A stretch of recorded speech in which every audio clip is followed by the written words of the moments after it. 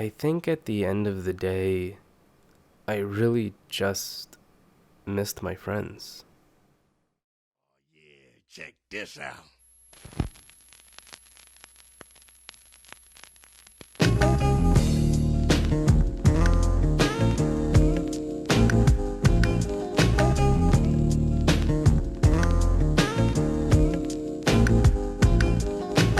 Back in the days when I was young, I'm not a kid anymore. But some days I sit and wish I was a kid again. Back in the days when I was young, I'm not a kid anymore. But some days I sit and wish I was a kid again.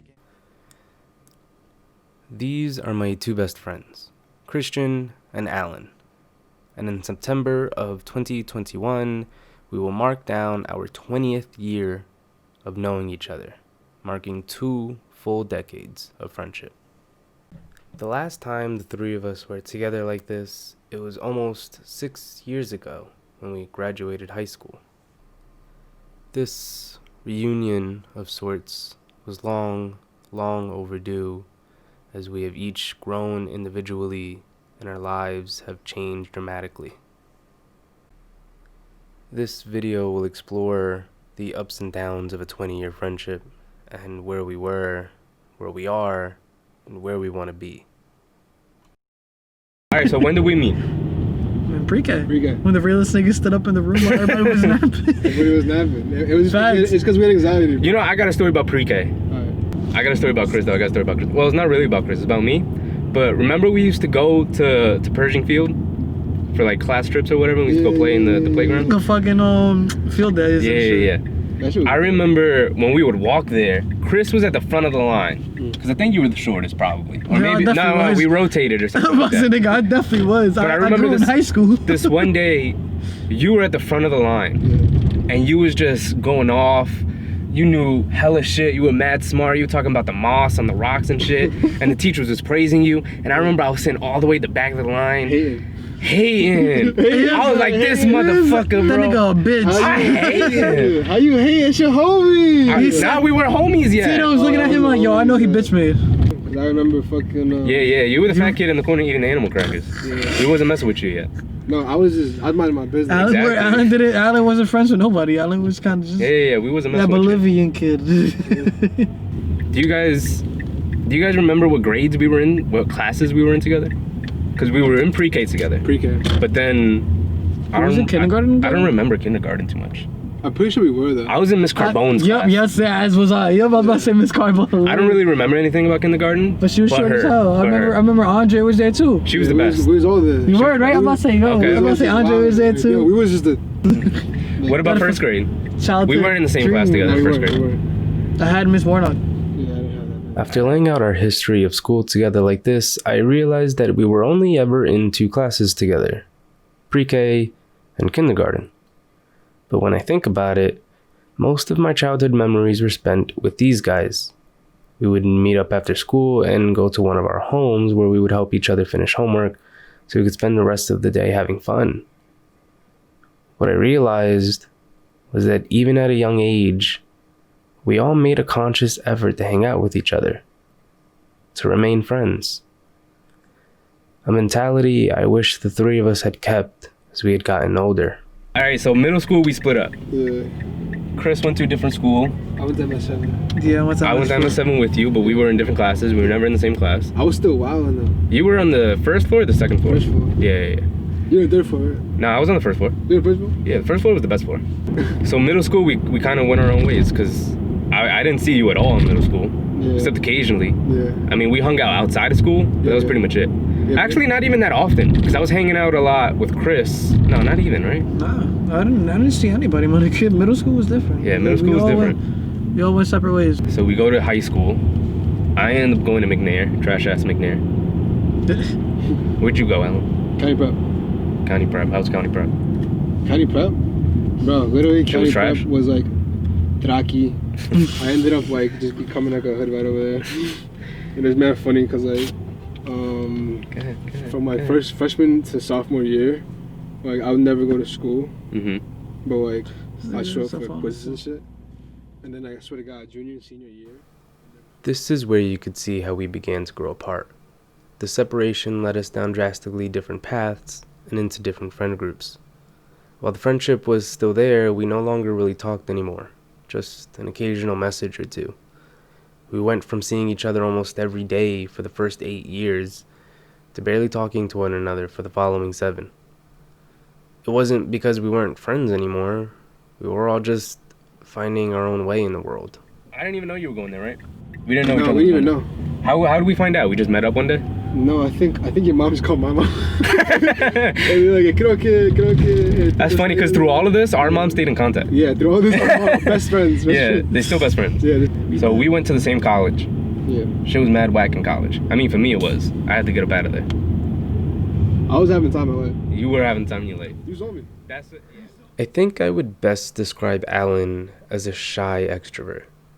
You can see him during portions of this interview hiding behind the car seat and speaking softly when telling a story.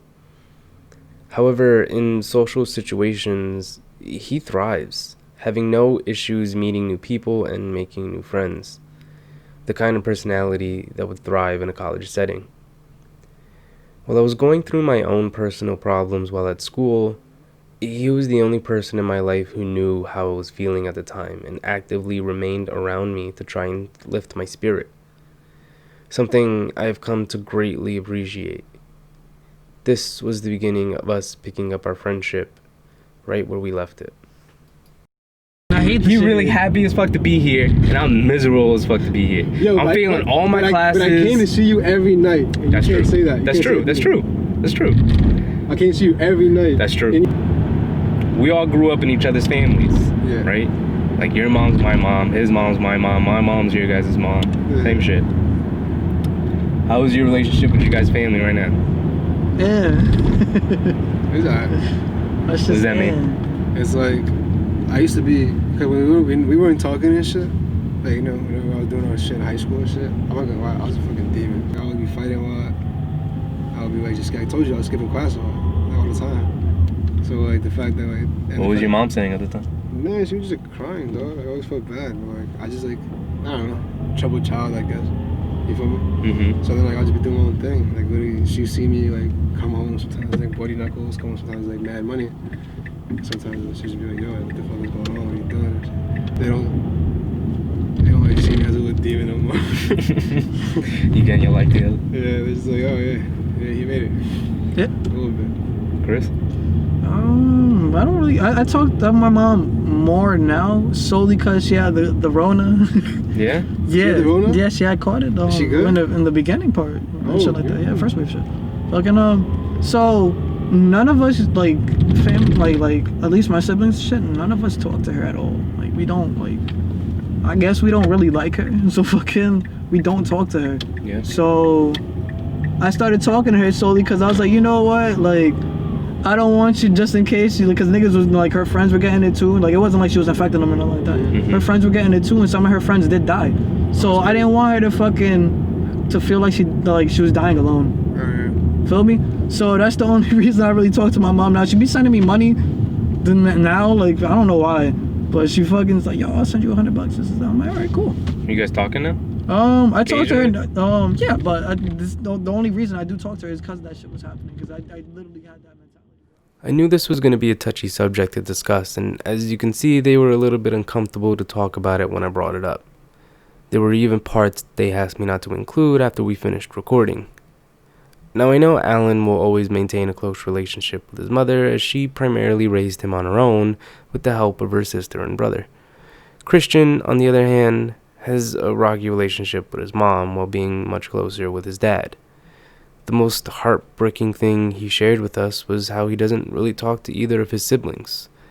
Being as how we all grew up together, it saddened me to hear that they weren't really close.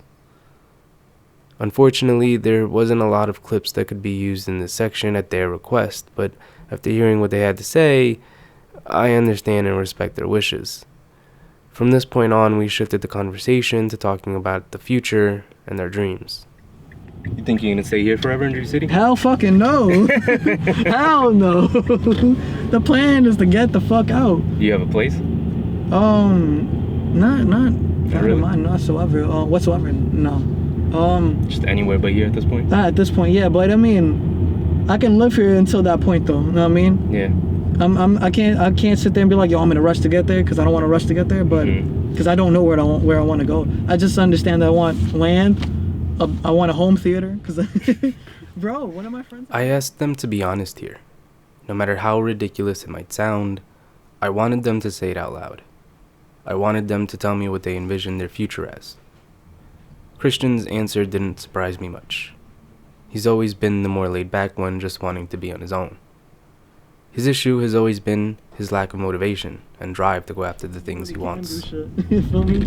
Don't matter where you come from. He had a hard upbringing, feel me? Harder than what I've gone through, for sure. So it showed that no matter what you go through, you can still fucking build yourself up and get the things that you want. What about you, Alan? What's your plan for the future? You ain't got nothing? What's your plan for the future? My plan for the future? Yeah. Give me a reason. That's all you got? Let's see. That's all I got. How you gonna do that? But right now, I'm just gonna stack up like from this job I'm getting paid. Right now, I have like 4 different ideas. The first one is gonna get me dumb rich, and I'm gonna be importing quinoa from Louisville. Okay. And I already got some money to import shit. Alan, on the other hand, goes from 0 to 100 instantly. He is a big picture kind of guy. He can envision the end goal, but can't tell me the steps he's going to take to get there. His attention gets pulled in 1,000 different directions, and he can never focus on one thing at a time. When I asked him what he wants to do, he gave me 4 different answers, each one more far-fetched than the last. He is one of the smartest people I know, but he has never devoted his attention to one thing at a time. And some other thing I've been doing is like you saw my phone just now, I've been doing a bunch of like options trading and crypto trading and shit. Mm-hmm. I'm just trying to just get rich like, as fast as possible. Will you see yourself in 5 years then? I don't know, man. Hopefully not homeless. I feel you. That's a pretty low bar. Because then how the fuck? Because I take a lot of chances. Because all the chances I've taken so far has been profitable. But like I feel like one day I'm like taking a chance. It's gonna just leave me in a hole. I feel Maybe. you. How you gonna get rich if you don't take chances? Do you see yourself staying in Jersey City, Alan? That's the thing. They seen all the red I've shirts and that's why they stopped. that's the thing that I've been fucking like seeing. I've been trying to like think about. I don't know if I want to stay. If I want to go somewhere. I really don't know. But you like it here. I love it. I hate this city. But like, what are you gonna do? Right now. My problem, or so they tell me, has always been giving attention to the smallest, most insignificant details. I can paralyze myself from moving forward because I tend to focus on creating a detailed roadmap before ever setting out to do something. And I think that's why I need my friends, why we need each other. In more ways than not, we are almost complete opposites. Our friendship probably shouldn't have lasted this long, but for whatever reason, we keep finding our way back. Maybe it's because we rely on each other, to be brutally honest when no one else will, to pick each other up when we need it. Chris and I need Alan to help us look at the bigger picture and remind us not to sweat the small stuff. Chris provides a steady, even-keeled outlook that provides each of us with the confidence to keep moving forward. And I try to keep everyone grounded and realistic in attaining our goals. As different as we are, we complement each other pretty well. We need each other. We need our friendship.